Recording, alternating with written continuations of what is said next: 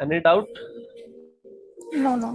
ठीक है, चलिए हम अभी चलते हैं परचेज ऑर्डर पे। परचेज ऑर्डर के लिए हमें क्या करना है, इसकी कॉन्फ़िगरेशन का पाथ सेम है, एसपीआरओ में गए थे हम, मटेरियल मैनेजमेंट में जाएंगे, मटेरियल मैनेजमेंट के बाद परचेजिंग में, या मैं अभी टी कोड आपके जरूर चलता हूँ।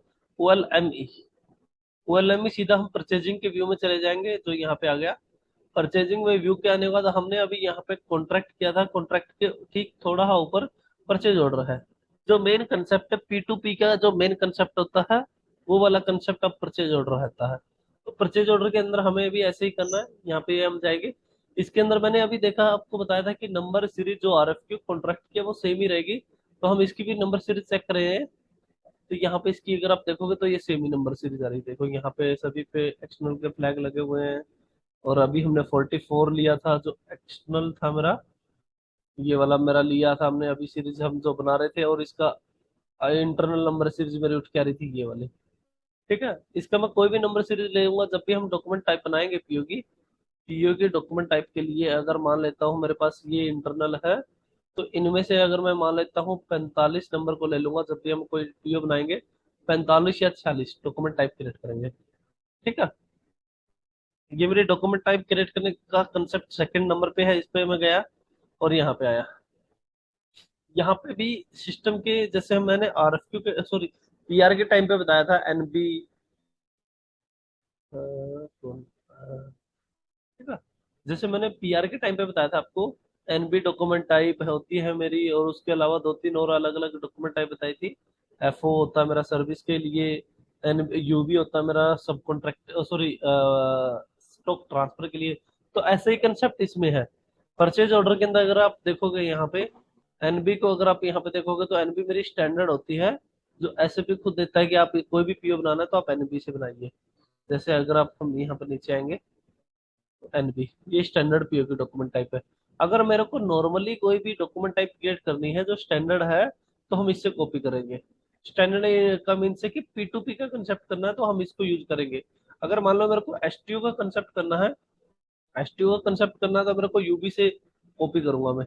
और मान लो कि मेरे को सर्विस का कंसेप्ट करना है, सॉरी एक मिनट में इसको हटा देता हूँ, सर्विस का कंसेप्ट। अगर मेरे को सर्विस का करना है तो यहाँ पे एफओ करके मिलेगा, एफओ होता है फ्रेमवर्क ऑर्डर, ये मेरा सर्विस ऑर्डर के लिए मिलेगा। ठीक है, इसका कंसेप्ट है। अभी मैं आपको स्टैंडर्ड का ये कॉपी करके दिखा देता हूँ। वैसे ये ऊपर बनाए हुए हैं, अभी किसने, पहले मैंने बनाए हैं या किसने बनाए हैं। यहाँ पे ये दो डॉक्यूमेंट टाइप बनी हुई है, शायद किसी और ने बनाए होंगे। ठीक है, हम चलो कोई नहीं, हम उसका एक एक हम ले लेते हैं और एक हम बना के भी देख सकते हैं अगर आप लोगों को बनाना है तो। बनाने के लिए सेम कंसेप्ट है। एनबी को हम क्या करेंगे, कॉपी करेंगे, चलते हैं नीचे, एनबी, मैंने एनबी को कॉपी किया। अब की बार क्या है, जैसे यहाँ पे 900 दे रखा है ऑलरेडी, तो ये नंबर सीरीज हम नहीं ले सकते हैं क्योंकि सिस्टम बोलेगा कि ऑलरेडी एग्जिस्ट है। तो हम इसकी नंबर सीरीज 910 कर देते हैं। ठीक है, और स्टैंडर्ड डॉक्यूमेंट टाइप की जगह पे हम MRP, sorry MRF, purchase order 910। अच्छा, इसकी लेंथ इतनी है तो हम ये ले लेते हैं, ईओ लिख देते हैं इसको परचेज ऑर्डर की जगह पे, ईओ 9910। ठीक है, इसकी नंबर सीरीज वही आ गई। यहाँ पे भी अगर आप देखोगे तो ये इंटरनल सीरीज आ रही मेरी, इंटरनल में 45 है, एक्सटर्नल के अंदर ये 41 है। ठीक है, इसके अंदर अभी अगर आप यहाँ पे देखोगे जो फील्ड सिलेक्शन दिया हुआ है, यहाँ पे NBF दिया हुआ है, जिसके बेस पे हम क्या है, कोई फील्ड मैंडेटरी करना है अनमैंडेटरी करना है, वो वाला कंसेप्ट रहता है।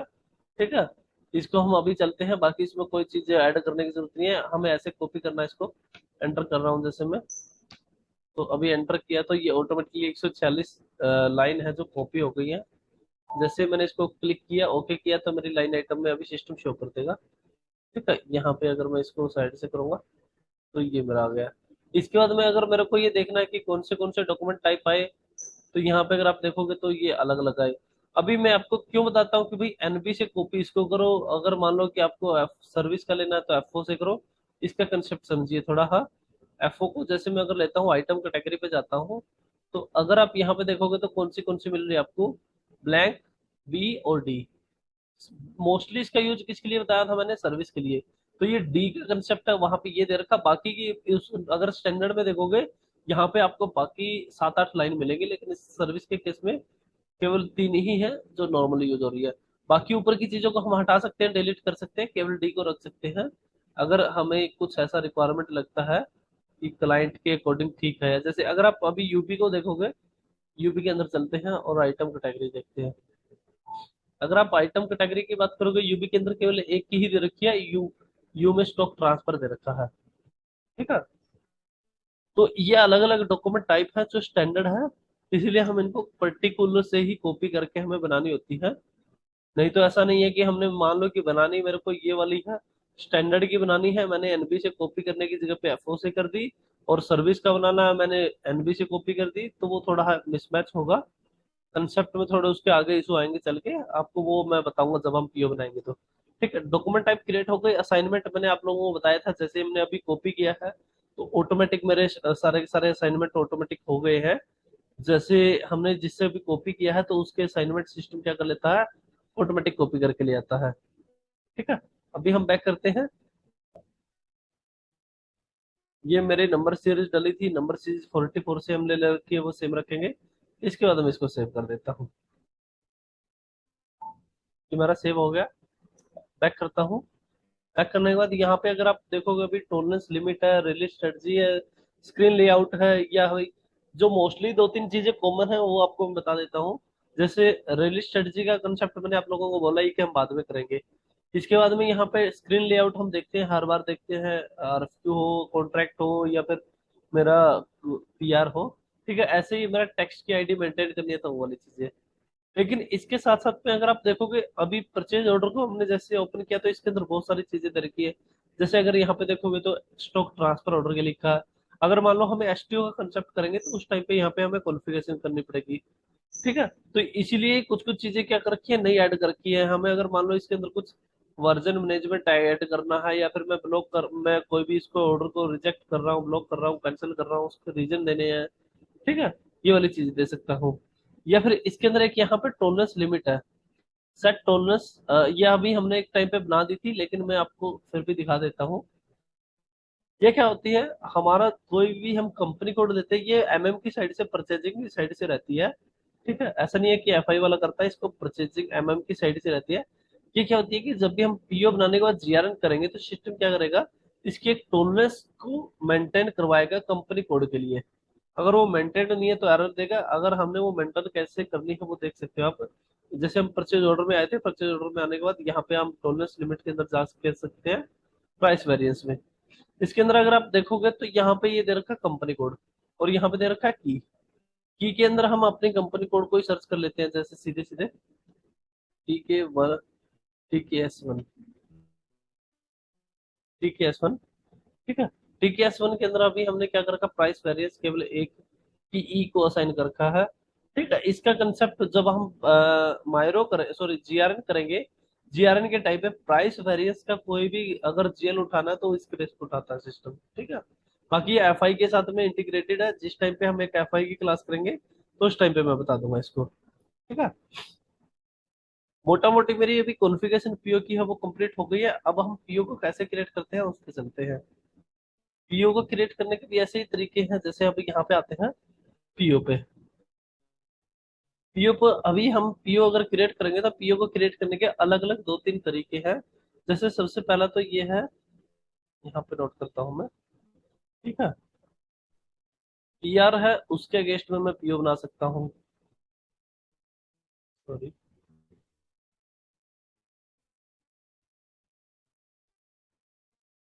क्या है कंसर्न, पीआर अगेंस्ट में पीओ। ऐसे ही मैं आरएफक्यू, आरएफक्यू किसके बेस पे बना सकता हूँ मैं, अब जो पीआर है मेरी इसके अगेंस्ट में मैं आरएफक्यू बना सकता हूँ। मैं लिखता हूँ जैसे अभी, ये क्या हो रहा है, बैक हो जाए यार। पीआर है, जैसे ये पीआर के अगेंस्ट में मैं आरएफक्यू बना सकता हूँ, आरएफक्यू। और इसी आरएफक्यू के अगेंस्ट में मैं डायरेक्ट पीओ भी बना सकता हूँ। ठीक है। ऐसे ही फिर मैं अगर चलता हूँ नीचे, यहाँ पे, यहाँ पे मैं क्या कर सकता हूँ, एक पीआर बना सकता हूँ। पीआर के बेस पे मैं आरएफक्यू बना सकता हूँ, आरएफक्यू। और उस आरएफक्यू के केस में मैं बना सकता हूँ हमारा कॉन्ट्रैक्ट। और उस कॉन्ट्रैक्ट के बाद हम बना सकते हैं यहाँ पे पीओ। ठीक है। और एक कंसेप्ट होता है इसमें अकेला पीओ ही बना सकता हूँ मैं, मेरे को किसी चीज की जरूरत नहीं है। ये आप एक हायरार्की समझो, अगर मेरे को पीओ बनाना है तो कुछ कंपनियां क्या कर देती है, पीआर के लिए डायरेक्ट पीओ बनवा देती है कि भाई पीआर बने, पीआर के बाद डायरेक्ट पीओ बन जाए। कुछ कंपनियां बोलते हैं कि जी हमें केवल चाहिए पीआर बने, पीआर के बाद हमें आरएफक्यू चाहिए। कुछ क्या कंसेप्ट दे देती है डॉक्यूमेंट टाइप के, मेरा 4 डॉक्यूमेंट टाइप बना दो, 4 में से 2 के लिए आरएफक्यू का कंसेप्ट रहेगा, 2 के लिए ये रहेगा और 4 के लिए ये रहेगा। ठीक है, और एक डॉक्यूमेंट टाइप है मेरे उसके लिए ये रहेगा। वो डिपेंड करता है कंपनी के ऊपर। ठीक है, अभी जैसे डॉक्यूमेंट टाइप मैंने आपको बताया कि कुछ कंपनी क्या कर सकते हैं कि पीआर, पीआर के बाद हम पीओ डायरेक्ट बनवा सकती हैं, ये हम कंसेप्ट करेंगे। इसके साथ में पीआर बनी, पीआर के केस में आरएफक्यू बना, उस आरएफक्यू के केस में मेरा पीओ बना। इसको कंसेप्ट को भी फॉलो कर सकती है, या केवल इसको भी कर सकती है। कंपनियां डायरेक्ट आरएफक्यू बनवाएंगी, आरएफक्यू पे बेस पे हम पीओ बना सकते हैं। पीआर के कंसेप्ट को हम इसको छोड़ ही सकते हैं, आरएफक्यू, आरएफक्यू बाद पीओ। ठीक है, ऐसे ही इस कंसेप्ट में कर सकते हैं, पीआर बनेगी, पीआर के बाद आरएफक्यू, आरएफक्यू बाद कॉन्ट्रैक्ट, कॉन्ट्रैक्ट के बाद पीओ। या फिर ऊपर से मैं अगर पीआर को हटा देता हूँ, कंपनी ऐसे भी कर सकती है, आरएफक्यू, आरएफक्यू बाद कॉन्ट्रैक्ट, कॉन्ट्रैक्ट के बाद पीओ। या फिर इन दोनों को भी हटा सकते हैं, केवल कॉन्ट्रैक्ट बनेगा, कॉन्ट्रैक्ट के बाद पीओ बनेगा, या फिर अकेला। ये डिपेंड करता है, लेकिन बनेगा सभी के लिए क्या, पीओ। पीओ के अगेंस्ट में ही हम क्या करेंगे, सामान को रिसीव करेंगे। पीओ मेरा क्या, परचेज ऑर्डर मेरा एक्सटर्नल डॉक्यूमेंट है जो किसी भी एक वेंडर को देता हूँ लीगल रूप से कि भाई मेरे को इतनी क्वांटिटी चाहिए है, इतने रुपए रेट पे चाहिए है, और ऐसी वाली चीजें मैं मेंटेन करूंगा। अभी हम आते हैं पीओ में। पीओ के लिए बनाने के लिए टी कोड होता है ME21N। अभी देखोगे ME21N, इसके अंदर सिस्टम ने क्या कर रखा है, ये खोला स्क्रीन, इसके अंदर में यहाँ पे डॉक्यूमेंट टाइप एनबी दे रखा है, इसकी जगह पे हम अपने बना सकते, बनाई हुई डाल सकते हैं। जैसे 99 पहले बनी हुई थी, लेकिन अभी अभी जस्ट मैंने बनाई है, इसको हम ले लेते हैं। या ऊपर वाली को भी ले सकते हैं, ऐसा कुछ है नहीं है कि हमें वही लेनी है, कोई भी ले सकते हैं। अगर अभी आप देखोगे, हम जब पीओ बनाने आए तो यहाँ पे मेरे को सिस्टम ने क्या कहा, ऑर्गेनाइजेशन डाटा का एक टैब के अंदर हेडर लेवल पे ये क्या होता है, परचेज ऑर्डर का हेडर लेवल होता है, और यहाँ पे ये होता है आइटम लेवल। इन दोनों को भी मैं अभी दिखाऊंगा। ठीक है, ऑर्गेनाइजेशन डाटा के अंदर यहाँ पे 3 फील्ड को मैंडेटरी कर दिया। मैंडेटरी का मतलब जरूरी कर दिया कि आपको डालने जरूरी है। सबसे पहले परचेज ऑर्गेनाइजेशन जो हमने बनाए हुए हैं, 9900 हमारा स्टैंडर्ड, इसमें नॉर्मली तरीके से भेजने का है। एसटीओ या इंपोर्ट के नाम से 3 बनाए हुए हैं। ठीक है, यहाँ पे अगर आप देख सकते हो, सॉरी, यहाँ पे आप देख सकते हो। ठीक है, यहाँ से डोमेस्टिक मैंने बनाया था 9900, इंपोर्ट के लिए बनाया था 9910, और एसटीओ के लिए बनाया था मैंने 9920। अगर अभी मैं पहले वाला ले लेता हूँ, जैसे यहाँ पे हमारे डोमेस्टिक की परचेज कर रहे हैं तो मैंने ये ले लिया। अब इसके बाद सिस्टम क्या करता है, यहाँ पे परचेज ग्रुप हमने एक टाइम पे बनाया था, एक ही बनाया था, Z90, उसी को ले लेते हैं। जब हम देख रहे थे तो इस कंसेप्ट को भी मैंने आप लोगों को बताया था। परचेज ग्रुप को हम यहाँ पे डिफाइन कर सकते हैं कि भाई मेरा किस टाइप का ये परचेज हो रहा है। ये परचेज मान लो कि मेरी हम टायर की बात कर रहे हैं, टायर के अंदर अगर मेरे को मान लो रबर मंगवा रहा हूँ, रबर के साथ में जर्नल गुड्स मंगवा रहा हूँ, जर्नल गुड्स के साथ में कुछ एडवर्टाइजमेंट करनी है तो उसका सामान मंगवा रहा हूँ, तो उसको हम इसके बेस पे डिवाइड कर सकते हैं, उसी के हिसाब से इसको बना सकते हैं। ठीक है, ये 3 चीज डाल के मैं जैसे एंटर करूंगा तो सिस्टम क्या करेगा, वेंडर को बोलेगा कि भाई अभी आप वेंडर डालिए, किस वेंडर से आप मंगवा रहे हो। ठीक है, अभी हम वेंडर की बात करें तो अभी अभी हमने क्रिएट किया था 33 या 35 नंबर ले लेते हैं। ठीक है, अब जैसे हमने वेंडर एंटर किया, वेंडर एंटर करने के बाद यहाँ पे हम चले गए, तो यहाँ पे सिस्टम ने क्या कर दिया, ऑटोमेटिकली करेंसी दिखा दी। अगर मैं आपको एक चीज दिखा देता हूँ, वेंडर पे डबल क्लिक करूंगा तो ये ऑटोमेटिकली मेरे को कहाँ पे लेके चला जाएगा, वेंडर मास्टर में लेके चला जाएगा। और अगर मान लो यहाँ से आपको कोई चीज देखनी है, यहाँ से आप देख सकते हो जनरल डाटा, कंपनी कोड और परचेजिंग। परचेजिंग डाटा पे के अंदर अगर आप जाओगे, यहाँ पे देख सकते हो मेरी करेंसी क्या डाली है, ये डाली है INR। ठीक है, तो ये वाली करेंसी जो भी उठाएगा सिस्टम, यहाँ से उठा के लेके आएगा। अब इसके साथ साथ में कुछ चीजें मैं आपको बता देता हूँ जो हेडर में उठ के आती है वेंडर मास्टर से, जैसे पेमेंट के प्रोसेसिंग, नहीं यहाँ पे ये नहीं, यहाँ पे आते हैं डिलीवरी इनवॉइस पे। डिलीवरी इनवॉइस के अंदर अगर आप देखोगे तो करेंसी हमारी INR उठ के आ रही है, ये वाली यहीं से उठ रही है। अगर मैं इसको यहाँ से हटाऊंगा, USD कर देता हूँ एंटर, तो USD हो गया, देख सकते हो। लेकिन ये कहाँ से आया, उठ के आया है वेंडर मास्टर से। यहाँ पे एडिटेबल मोड दे दिया है कि आप अगर चेंज करना चाहो तो कर सकते हो। ठीक है, कभी कभी हम किसी से ले रहे हैं, बाद में उसकी करेंसी चेंज हो सकती है, तो हम उसको ऐसे बना सकते हैं। ठीक है, INR है, सॉरी। ठीक है, INR आ गया। इसके साथ साथ मैं पेमेंट टर्म, वेंडर मास्टर के अंदर ही पेमेंट टर्म होती है कि मेरे को ये आज देना है, 45 दिन में दे रहा हूँ।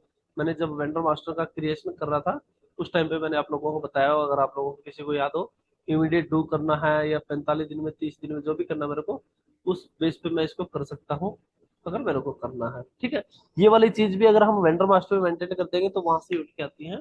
ठीक है, अब इसके बाद में यहाँ पे आते हैं हम एड्रेस पे। ये एड्रेस जो होता है, ये मेरा एड्रेस रहता है मेरा इसका वेंडर, वेंडर का एड्रेस जो अभी हमने वेंडर लिया है, इसका जो एड्रेस देखोगे तो आप यही मिलेगा, पोस्टल कोड ये, और ये कौन से उससे आ रहा है। ठीक है, ये वाला एड्रेस है जो सारा का सारा एड्रेस, ये वेंडर का एड्रेस है। हेडर के अंदर जो भी एड्रेस रहेगा वेंडर का है, ये आप याद रख सकते हो। और आइटम लेवल पे एक एड्रेस और मिलेगा, वो आपका प्लांट का एड्रेस होगा। ठीक है, जिससे हम सामान मंगवा रहे हैं उसका हेडर में एड्रेस है। अब कम्युनिकेशन में कुछ मिलेगा नहीं आपको, ऐसे ही पार्टनर में कुछ नहीं मिलेगा। इसके बाद एडिशनल डाटा है, इसके अंदर अगर आपको कुछ डालना है, स्टार्ट डेट, एंड डेट, कुछ ऐसा कुछ करना है तो आप यहाँ पे डाल सकते हो, नहीं तो आप यहाँ पे देख सकते हो। और यहाँ पे ओरिजिनल ये स्टेटस के अंदर आप देख सकते हो कि PO बना नहीं है अभी तक, 00 क्वांटिटी है। जैसे बनेगा तो यहाँ पे आ जाएगा कि ऑर्डर बना है, डिलीवर हो चुका है, स्टिल टू बी डिलीवरी अभी हुई नहीं है। यहाँ पे आप देख भी सकते हो जो ये आइटम ना रखे हैं कि भाई ऑर्डर क्या हो गया, ये इनवॉइस हो गई या नहीं हो गई, डाउन पेमेंट का कंसेप्ट है वो दे रखा है, ऐसा है। ठीक है, ये देखना चाहते हैं तो अभी मैं इसको हेडर के अंदर क्लोज करता हूँ। इससे पहले हम मटेरियल डालते हैं। अब मटेरियल का मतलब है कि अभी हम सामान को क्या मंगवा रहे हैं, सामान मंगवा रहे हैं, जैसे अभी हम ले रहे थे, यूज कर रहे थे, उसी मटेरियल को यूज कर लेता हूँ। ठीक है, जैसे ही अभी मैंने क्या किया, आइटम लेवल को मैं पहले बंद कर देता हूँ, इसी लाइन पे चलता हूँ। जैसे ही मैंने अभी क्या किया, वह एक मटेरियल को डाला, मटेरियल डालने के बाद यहाँ पे ऑटोमेटिक टेक्स्ट आ गया। टेक्स्ट आने के बाद सबसे पहले मेरे को डालना होता है यहाँ पे प्लांट, मैं किस प्लांट पे मंगवा रहा हूँ। ठीक है, अब मैं यहाँ पे चला जाता हूँ, प्लांट मान लेता हूँ, मैं डाल देता हूँ ये वाला। अभी ये मेरा प्लांट डाल गया। अभी तक हम पहले इस लाइन आइटम के अंदर ही चलेंगे, पहले हम नीचे आइटम लेवल पे नहीं जाएंगे, इसी के अंदर देखेंगे हमारा अभी क्या क्या मिसिंग है। अगर आप यहाँ पे देखोगे तो यहाँ पे हमने अभी डाला है, तो यहाँ पे मेरा प्लान डल गया। प्लान डालने के बाद मैं यहाँ पे जाऊंगा, अभी क्वांटिटी डालूंगा, कितनी क्वांटिटी, मान लो कि मेरे को चाहिए यहाँ पे 5,000 क्वांटिटी। ठीक है, 5,000 नोटबुक की क्वांटिटी चाहिए है मेरे को। अब इसके बाद में हमें डालना है प्राइस। प्राइस जो डालूंगा, नेट प्राइस हमें यहाँ पे भी डाल सकता हूँ। जैसे यहाँ पे मैं 30 रुपए डाल दे रहा हूँ, 40 रुपए डाल दिए मैंने यहाँ पे। ठीक है, ये अगर आप यहाँ पे देखोगे तो,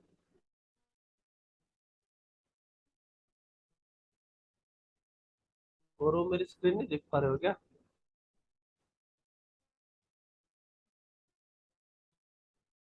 चलिए मैं कंटिन्यू रखता हूँ। ठीक है, अगर आप यहाँ पे प्राइस की बात करोगे तो प्राइस अभी हमने यहाँ पे मेंटेन किया नेट प्राइस के अंदर 40 रुपए।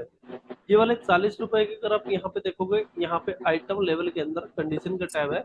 इस कंडीशन के टैब में ये PBX00 है जो ऑटोमेटिकली यहाँ पे आ गया, और यहाँ पे प्राइस आ गया 40 रुपए। ठीक है, अब जैसे मैं इसको एंटर करता हूँ, अब एंटर करता हूँ तो यहाँ पे सिस्टम क्या एक एरर दे रहा था, वापिस से यहाँ पे आप जाके चेक कर सकते हो कि क्या एरर दे रहा है। अगर हम एरर की बात कर रहे हैं तो सिस्टम क्या कर रहा है कि आइटम को ये दे रहा है यहाँ पे इंक्लूडिंग, क्योंकि हमने क्या कर रखा है, इस मटेरियल के ऊपर हमने एक सोर्स लिस्ट का जो हमने स्टार्टिंग में कंसेप्ट किया था उसका टिक लगा रखा है। तो ये बोल रहा है कि भाई आप सोर्स लिस्ट के अकॉर्डिंग ये सामान मंगवा सकते हो।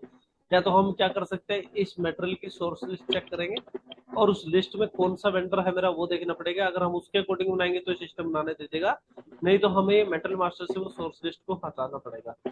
ठीक है, अभी आप एक चीज और देख सकते हैं, यहीं से मेटल मास्टर पे अगर जैसे मैंने वेंडर पे डबल क्लिक किया था, ऐसे आप यहाँ पे मेटल मास्टर पे भी डबल क्लिक कर सकते हो।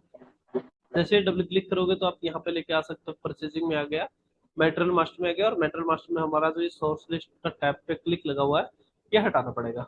अभी हम इसको हटा देते हैं। ठीक है, उसके बाद PO को दोबारा बनाएंगे। अभी बैक करता हूँ मैं, स्क्रीन खुली है, मेरे को दोबारा से इसको वापस बंद करके खोलना पड़ेगा क्योंकि ऐसे सिस्टम अलाउ नहीं करेगा।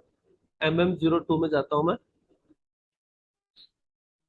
और यहाँ पे बाकी को हटा देता हूँ, नीचे इससे, और परचेजिंग का व्यू लेता हूँ केवल। मेटेरियल मास्टर के अंदर से मैंने ये सोर्स लिस्ट का टैब को हटा दिया और इसको सेव कर दिया। ठीक है, सेव करने के बाद अब मैं जाता हूँ दोबारा से टी कोड में ME21, तो हम पीओ में क्रिएट कर रहे हैं, या यहाँ पे अभी फेवरेट में एडेड है। जैसे क्लिक किया, डॉक्यूमेंट टाइप हमने ले ली। ठीक है, अब की बार मैं चीजें डाल देता हूँ, अभी मैंने एक्सप्लेन कर ही दी थी आपको। ठीक है, मैंने वेंडर ले लिया, वेंडर लेने के बाद मेटेरियल लिया, मेटेरियल लेने के बाद मैं यहाँ पे क्वांटिटी डाल देता हूँ ऊपर, प्लांट। अभी मैं एक साथ भी डाल सकता हूँ, ऐसा नहीं है कि मेरे को हर बार डाल के एंटर ही करना जरूरी है। ये मैंने क्वांटिटी और प्लांट डाल के प्राइस डाल के एंटर कर दिया। ठीक है, अगर आप अभी आप देखोगे, वापस से आता हूँ ऊपर। ठीक है, हेडर पे अगर अभी आप देखोगे, इसके अंदर मेरा क्या हो गया, मैंने मटेरियल डाल दिया, मटेरियल का डिस्क्रिप्शन फटाफट किया गया। यहाँ पे ये मेरा उठ के हमने क्वांटिटी डाल दी, यूनिट ऑफ मेजरमेंट मेरी मेटेरियल मास्टर से उठ के आ गई। अगर मैं इस लाइन पे डबल क्लिक करूंगा मेटेरियल पे, तो ये मेटेरियल मास्टर को खोल देगा और वहां पे हम इसकी यूनिट ऑफ मेजरमेंट देख सकते हैं। डिलीवरी डेट में कब मंगवा रहा हूँ, प्राइस हमने डाल दिया, जैसे हमने 40 रुपये डाला। 40 रुपये मेरा प्राइस कितने का पर पीस का है, पर पीस एक पीस का 40 रुपये, इसलिए यहाँ पे। पर अगर मान लो कि ये 2 पीस का 40 रुपये, तो मैं यहाँ पे 2 कर दूंगा। तो इसका मतलब क्या होगा, जो ये प्राइसिंग का बहुत बड़ा चेंजेस हो जाएगा।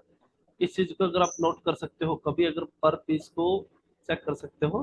ठीक है, पहले ये क्या था, जो मेरा प्राइसिंग था, पहले 40 रुपए था मेरा 5,000 क्वांटिटी के लिए। ठीक है, एक पीस के लिए। लेकिन अब की बार क्या होगा, 40 रुपए 2 क्वांटिटी के लिए हो गया, मतलब 2,500 रुपए के लिए हो गया मेरा 40। ठीक है, पर पीस का कंसेप्ट थोड़ा वो रहता है कि पर मेरे पास देखो, अगर आप यहाँ पे अभी प्राइस देखोगे, तो पर के हिसाब से 2,000 2 लाख आ रहा होगा शायद, आई थिंक। ठीक है, अगर मैं इसको पर को 2 कर देता हूँ, 2। ठीक है, 2 किया तो अभी मेरा यहाँ पे प्राइस चेंज हो गया, देखो 1 लाख हो गया। मतलब मैं पर का वही कंसेप्ट है कि भाई आप जो 40 रुपए वसूल कर रहे हो वो 2 पीस के लिए है। अगर मैं इसको यहाँ पे 1 कर दे रहा हूँ, तो ऑटोमेटिकली ये 1 के लिए है, एक के लिए 40 पैसा। ठीक है, ये हो सकता है इंपोर्ट के केस में आप लोगों को बड़ा काम आएगा, पर का यूज थोड़ा उस टाइम पे पता चलेगा। ठीक है, मेटेरियल मास्टर के अंदर ही हमने मेटेरियल ग्रुप डाला था, वो हो गया, प्लांट आ गया। प्लांट के बाद में अभी हम स्टोर लोकेशन बता सकते हैं, यहाँ पे डाल सकते हैं, लेकिन हम जीआरनी के टाइम पे डालेंगे, यहाँ पे नहीं डालेंगे। इसके साथ में ही मैं बैच डाल सकता हूँ, रिक्विजिशन नंबर होता है, ये मैं आपको अभी बताऊंगा नीचे आइटम लेवल पे जाने के बाद। ठीक है, अभी मैं नीचे आगे आता हूँ थोड़ा, और इसके बाद आगे बढ़ता हूँ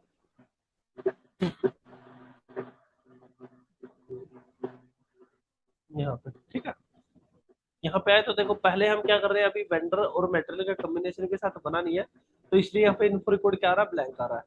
इसके बाद मैं यहाँ पे रिटर्न का, अगर मान लो कि पीओ मेरे को वापस करना है पीओ के अगेंस्ट में सामान को, तो मैं स्टिक पे क्लिक करूंगा, हम रिटर्न का पीओ बनाएंगे, उस टाइम पे देख सकते हैं।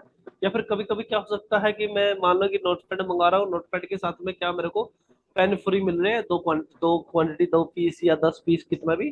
तो उस फ्री को कैसे सामान को रिसीव करना मेरे को, अब फ्री के केस में मेरा इन्वेंट्री स्टॉक तो आएगा, केवल पैसा नहीं लगेगा, तो उस केस में मैं इस फ्री पे टिक कर सकता हूँ।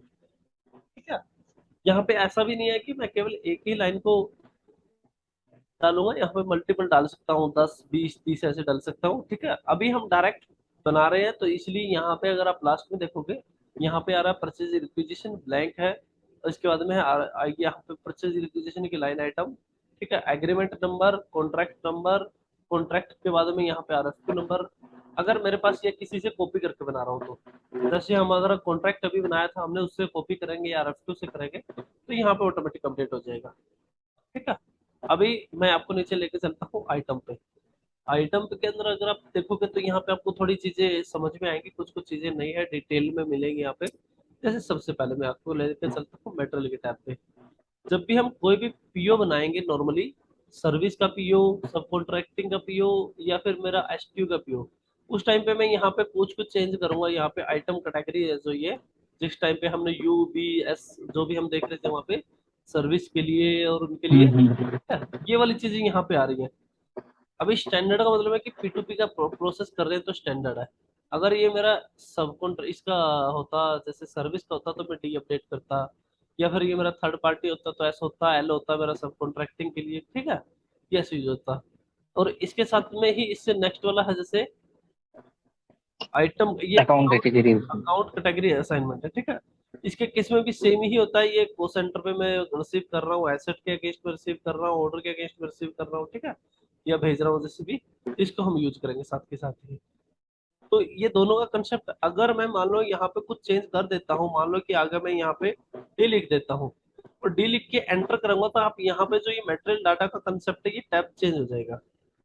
अभी तो हालांकि देखो सिस्टम क्या करेगा, अलाउ नहीं करेगा, या फिर भी चेंज तो कर दिया होगा। ये देखिए अब सर्विस का एक नया टैब एक्टिवेट कर दिया, हालांकि अभी एरर है क्योंकि हमारा क्रिएट नहीं हुआ सक्सेसफुली, यहाँ पे की और लेना पड़ता है, ये लीजिए ये आ जाएगा, ठीक है। अभी देखोगे तो आप यहाँ पे चेंज हो गया, सर्विस आ गया, लिमिट का टैब आ गया, मटेरियल का टैब नीचे चला गया, ठीक है।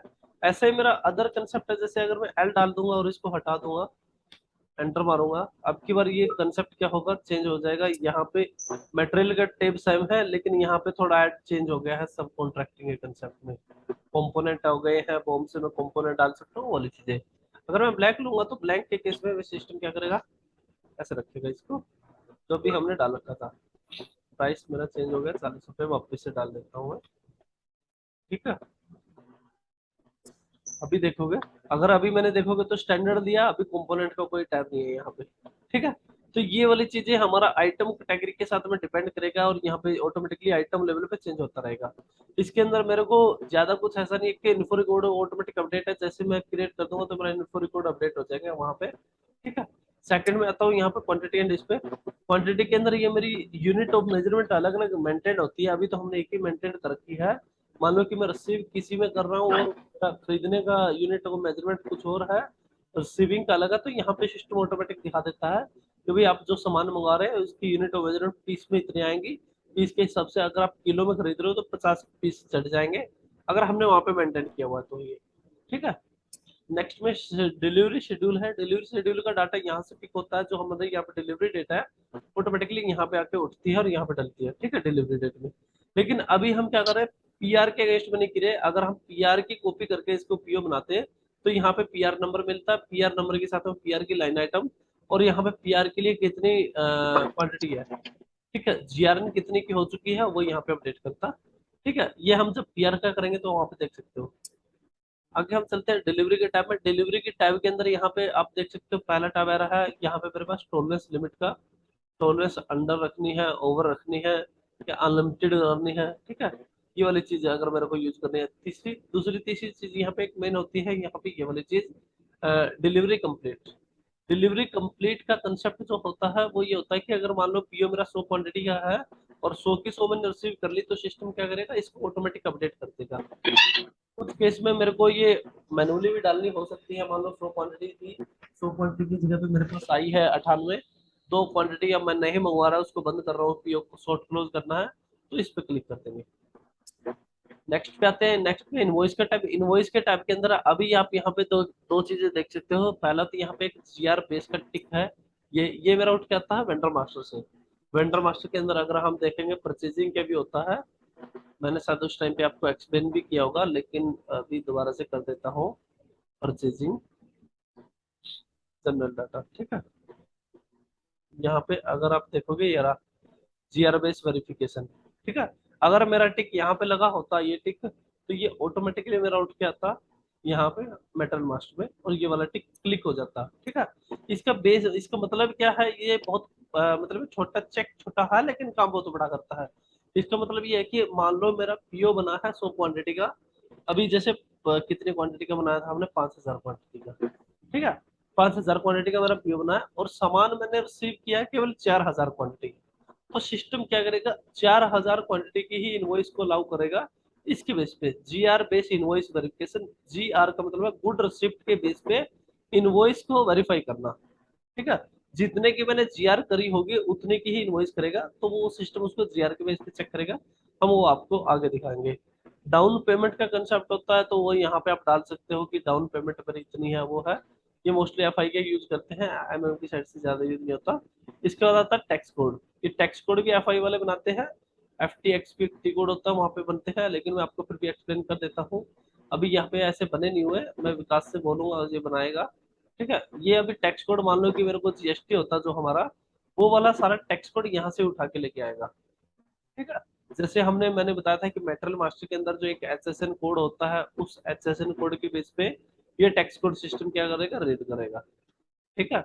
यहाँ पे आपको एक टैब, और जो एस4हाना में जाओगे तो यहाँ पे कंडीशन के ठीक नेक्स्ट में आपको एक टैब मिलेगा जिसका नाम होगा इंडिया। इंडिया के टैब के अंदर आपका जो एचएसएन कोड है वो अपडेट मिलेगा।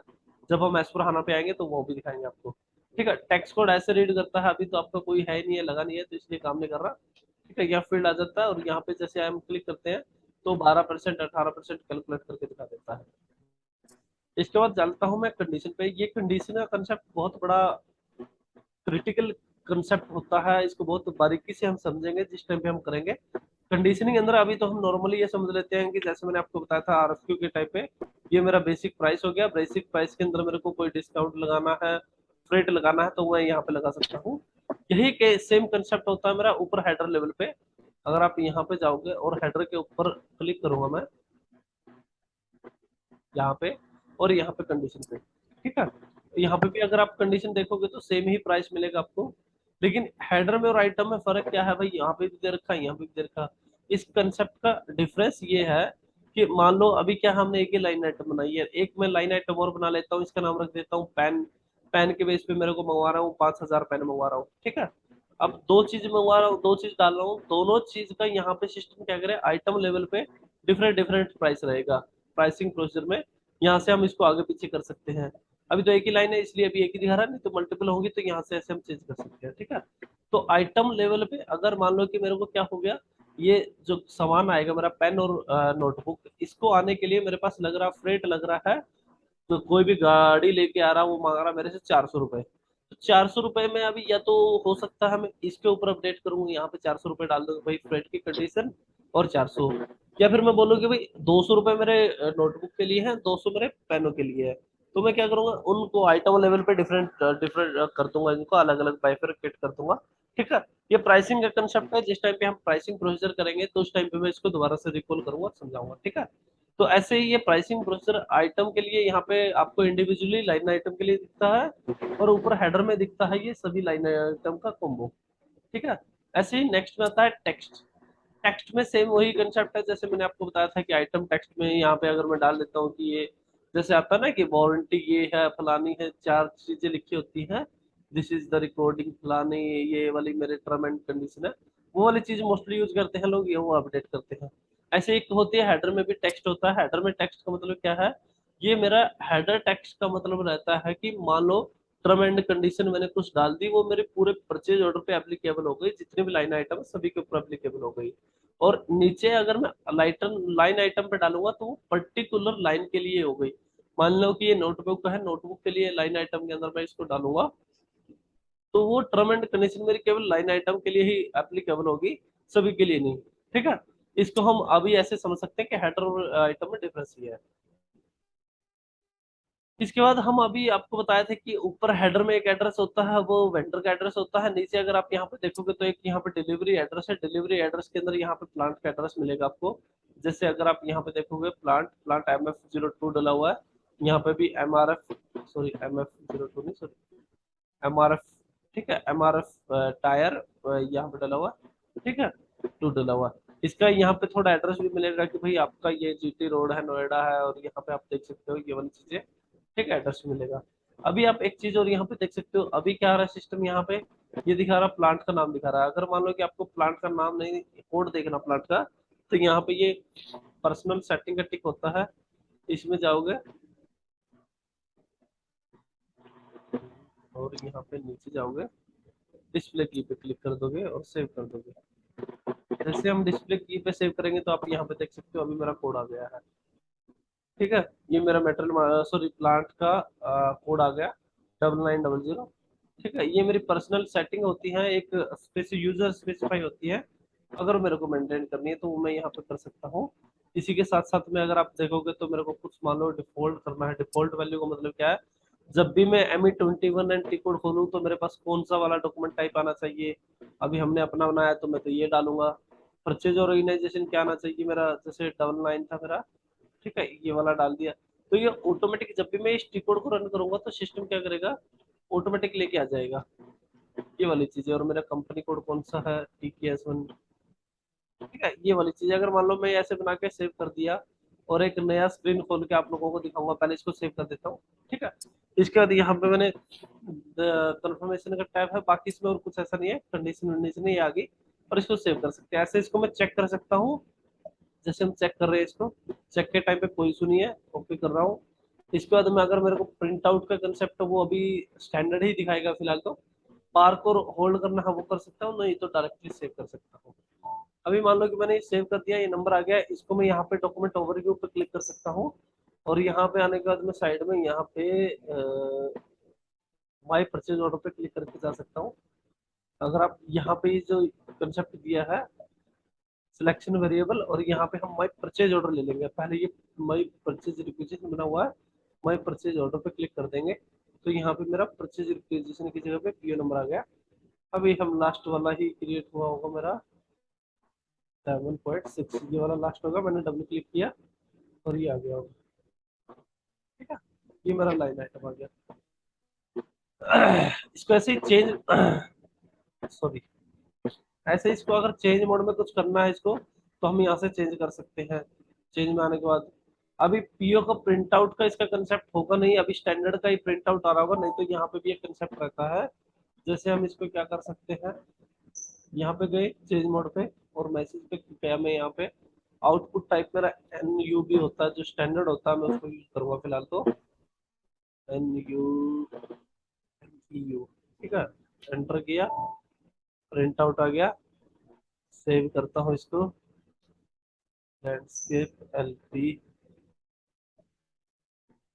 और इसको सेव किया। ठीक है, अगर अभी आप देखोगे मैंने थोड़ा ये मैसेज के अंदर जाके चेंजेस किया है, यहाँ पे जाके ये आउटपुट डाल दिया, आउटपुट डाल के सेव कर दिया। ठीक है, अगर अभी मैं प्रिंट आउट पे क्लिक करूंगा तो अभी एक प्रिंट आउट आ जाएगा स्टैंडर्ड। ये टेस्ट वेंडर आ गया मेरा, वेंडर के बाद ये परचेज ऑर्डर नंबर आ गया, मेरी पोस्टिंग डेट आ गई, ये मेरा टाइप आ गया, क्या कौन सा मेरा डॉक्यूमेंट टाइप डाला हुआ था। ठीक है, ये मेरा वेंडर का नंबर आ गया होगा। इसके बाद में मेरा ये डिलीवरी के अंदर कुछ कुछ हमने मेंटेन किया था, ये आ गया, मेरी क्वांटिटी आ गई, कितनी क्वांटिटी, डिस्क्रिप्शन आ गया मेरा। ठीक है, ये मेरी क्वांटिटी आ रही 6000 क्वांटिटी, प्राइस पीस आ गए, कितने पीस थे मेरे, नोटबुक टेक्स्ट था ये 40 था। ठीक है, ये वाली वैसे वैसे ये मैंने अभी क्या किया, स्टैंडर्ड यूज किया है, स्टैंडर्ड यूज किया है, इसलिए ऐसे आ रहा है। कस्टम एक अलग होता है, वो मैं आपको आगे भी दिखा सकता हूँ, इसका भी एक कंसेप्ट है, वैसे यूज कर सकते हैं। ठीक है, अभी आपको परचेज ऑर्डर के अंदर कोई इशू है तो बताइए, नहीं तो हम अभी इसको लंबा हो जाएगा क्लास, हम इसको रोकते हैं। बताइए। Okay, no doubt. बाकी गौरव और नो इशू। No issue. ठीक है, हम अभी जब भी नेक्स्ट करेंगे उस टाइम पे मैं आपको बताऊंगा यहाँ पे RFQ और PO के PR के कंसेप्ट में। अगर आप यहाँ पे अभी डिस्प्ले कर रहे हैं तो देखो, डिस्प्ले के अंदर यहाँ पे इन्फो रिकॉर्ड अपडेट हो गया। ठीक है, नेक्स्ट में जब हम बनाएंगे तो वो RFQ और परचेज रिक्विजिशन के कंसेप्ट या कॉन्ट्रैक्ट के कॉपी करके बनाएंगे और उसके बेस पे देखेंगे। ओके, ठीक है सर। ओके सर मैं आपको मैसेज कर दूंगा वो अपनी ईमेल आईडी, हाँ आप हाँ, उस पे वो करवा मेरे दीजिएगा को मैं डॉक्यूमेंट। कर दूंगा, आप मेरे को कर देना, मैं बात करता हूँ। ठीक है, उसका मैं करवा ठीक है दूंगा। सर। Okay team.